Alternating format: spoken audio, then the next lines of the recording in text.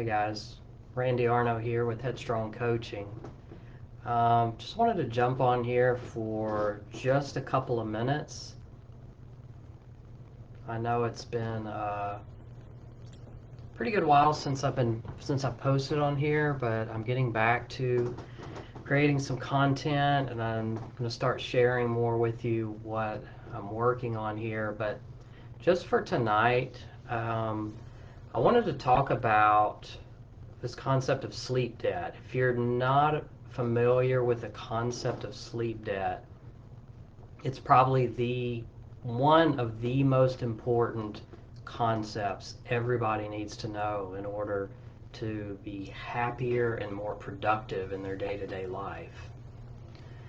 So a lot of people, and I heard this growing up as well, a lot of people have heard people say that if you don't get enough sleep one night, you can't ever make up lost sleep. So if you normally need about 7 hours of sleep, let's say, and you only get 5 hours of sleep one night, well, you can't ever make it up, so you just get back to your 8 hours of sleeping.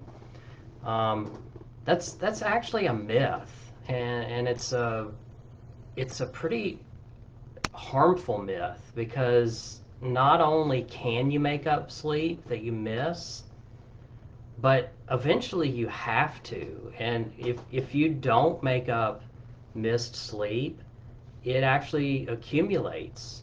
It's additive, and your body keeps basically keeps a record of how much sleep you've missed versus how much sleep you need. And the more missed sleep that you rack up, the worse you're going to feel the next during the day. Not only are you going to feel worse, but lack of sleep, it's correlated with um, more feelings of like anxiety and stress and irritability, sometimes depression. It's also, one of the biggest things is associated with daytime sleepiness. And the amount of the intensity of daytime sleepiness that you feel is directly correlated with how much sleep you've missed. Now, how much sleep you've missed cumulatively versus how much sleep your body actually needs is what sleep debt is. So sleep debt is really nothing more than the accumulated record of how much um, sleep that you've missed relative to how much sleep you need. And like I said, it's additive.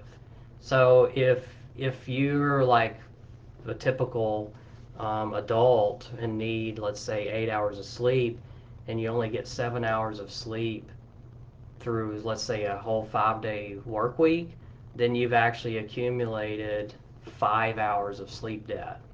And so, like I said, it's directly related to how sleepy you feel during the day. It also is directly related to decreases in your hand-eye coordination, decreases in your judgment, decreases in all kinds of things that psychologists call executive functions, like our ability to really organize and plan our behavior.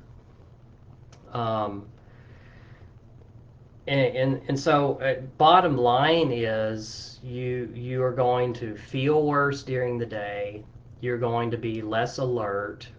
Attention and concentration, or one of the executive functions that are greatly impacted by lack of sleep. And so you're going to feel worse mentally and physically, and you're going to be less productive, and you're going to take much longer to get things done than you would if you had enough sleep. And like I said, if you miss 1 or 2 hours occasionally, and sleep in and make that up, you're probably fine. But as that sleep debt racks up, it gets more and more, and you don't make it up, the amount of um, the amount of impairment in your judgment and attention and focus it's directly related. It's higher and higher.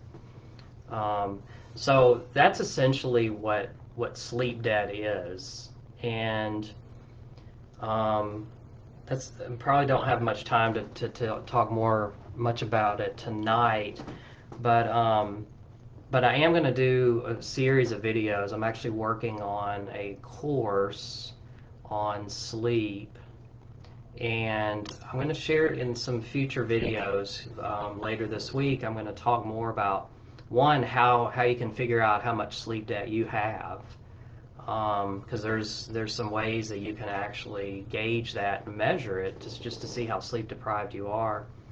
And I'll also talk more about how much sleep the average adult needs, and I'm going to talk about how you can figure out what your personal sleep need is, because everybody's different.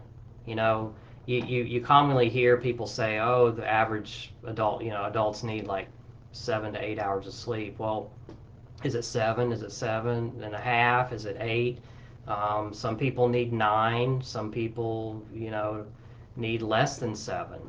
So it's important, if you want better sleep and better productivity and better mood and energy during the day, that's something that you really need to know, like how much sleep your body actually needs.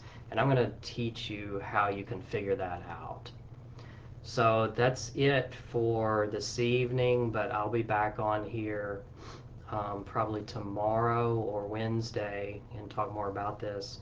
Hopefully, find that helpful. Talk to you guys later.